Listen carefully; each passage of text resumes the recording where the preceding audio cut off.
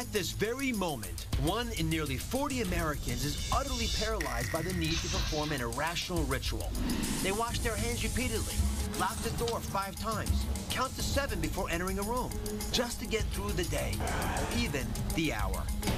They suffer from obsessive-compulsive disorder, a crippling anxiety disorder. OCD is twofold: unwanted recurrent thoughts that will not go away, the obsession, and repetitive actions performed to stop the anxiety, the compulsion. While OCD sufferers know their behavior is often irrational, they cannot stop it on their own. They're often ashamed, embarrassed, or even unaware that they have a treatable disorder at all.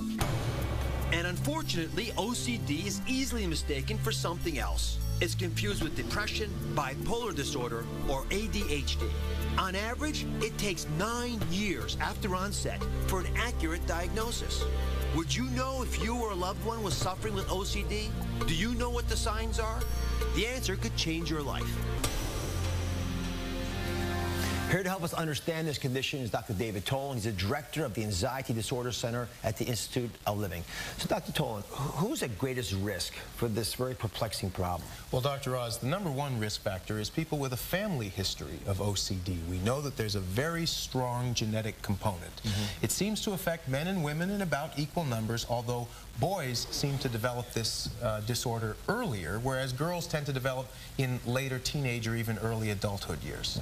Now, I've always been fascinated by this because it seems like it's sort of a kink in the normal machinery of the brain. So let me show you an animation of how the brain processes information. And we're just beginning to learn this now. So deep inside the brain, there's a place called the worry circuit. It's where we all think about things. And it takes us from the prefrontal cortex, the very front part of our brain, deep inside the brain, to an area called the caudate nucleus. That's the red area here. This is the cingulate gyrus. The names are unimportant, but they're now the frontier of where we now understand, we figure out the consequences of our actions. We form habits because of that, because we predict the future. It's wonderfully effective in living life. But what if it short circuits? And what are the kinds of symptoms that we would identify as physicians or healers if we see folks having these problems? Well, there are 2 main symptoms of OCD. The first is what we call obsessions. These are unwanted thoughts, ideas, images, or impulses that come into the mind again and again, and the person can't get rid of them. And so one of these might be, for example, an excessive preoccupation with dirt or germs or contamination, an idea that everything is germy and going to hurt you. Another might be an excessive worry about harming other people, maybe by making a mistake, such as leaving the oven on, or maybe on purpose by doing something violent that they don't mean to do. Another might be a need for things to be ordered or symmetrical or lined up just so that everything has to be perfect, otherwise things feel like they're out of control.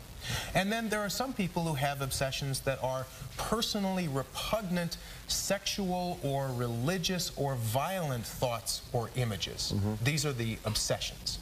Yeah, so you can see why this worry circuit that I was speaking of earlier has some elements of sanity to it, and unless it goes off the far end. And then these obsessions develop into related compulsions. You've got to do something to address them. The compulsions are the behavior that the person does more or less on purpose as a way of trying to neutralize the obsession or to somehow make things safe. And so one of those might be an extreme cleaning or washing behavior where the person has to wash their hands again and again and again to try to neutralize their fears of contamination.